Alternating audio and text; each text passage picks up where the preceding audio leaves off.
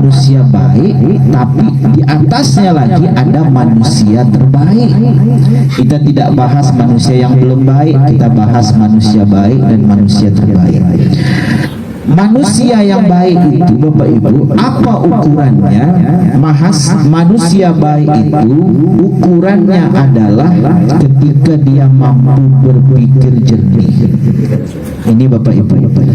Jadi kalau kita mampu berpikir jernih, maka disebutlah kita sebagai manusia baik.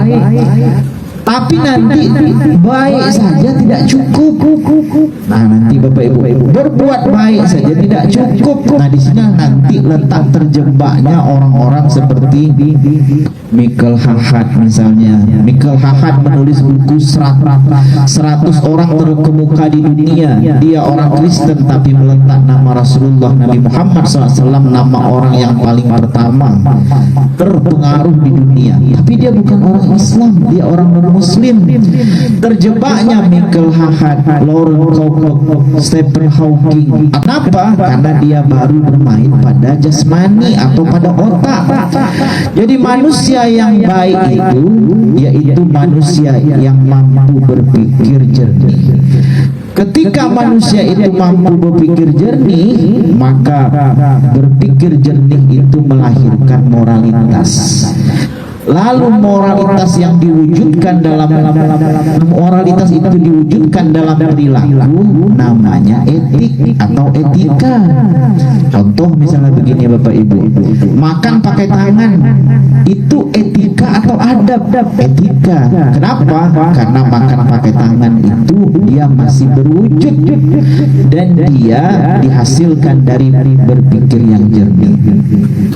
Lalu ternyata moralitas saja tidak cukup, maka mesti harus naik ke atas lagi, yaitu manusia yang terbaik. Tadi manusia yang baik. Manusia yang baik ini yaitu ketika manusia itu mampu berpikir jernih.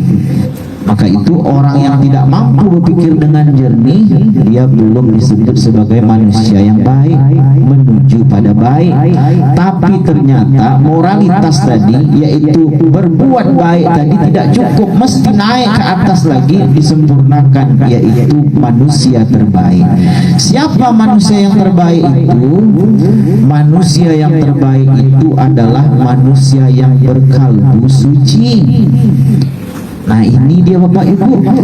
Jadi ternyata berbuat baik saja tak cukup, mesti harus naik ke atas, yaitu menjadi manusia yang terbaik, yaitu manusia yang berhati suci atau berkalbu suci. Lalu ketika kalbunya itu suci, maka dari kalbu yang suci itu melahirkan akhlak. Setelah lahir akhlak, akhlak itu diwujudkan dalam perilaku, baru dia disebut dengan adab. Nah, inilah Bapak Ibu, nyata beda antara moralitas, akhlak, etika dengan adab. Dulu kalau kita ngaji di bangku kuliah Bapak Ibu, biasanya kita mengartikan moralitas, akhlak, etika, adab itu sama dengan kata yang berbeda, tapi tidak tahu di mana sumbernya. Ternyata sumber moralitas atau etik itu dari berpikir jernih, yaitu dari sisi jasmaniah kita. Tapi ada yang lebih tinggi lagi, yaitu manusia yang berkalbu suci, yaitu lahirlah akhlak, dan akhlak itu melahirkan adab. Maka orang terbaik itu tidak hanya pikirannya jernih, tapi yaitu dia mesti berkalbu suci. Ketika dia buat baik, maka dia masih tanyakan perbuatan baik yang dia gunakan itu, yang dia lakukan itu, apa sudah diridhoi oleh Allah Subhanahu wa Ta'ala.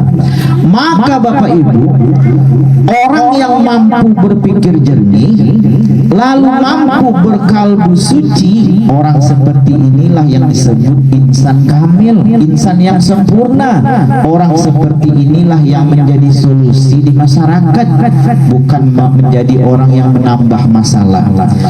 Tapi Bapak Ibu, yang menjadi hubungannya dengan pengajian kita, dengan kitab kita ini, yaitu bagaimana caranya supaya pikiran itu jernih. Bagaimana caranya supaya kalbu kita itu suci? Sebab ketika hati itu jernih,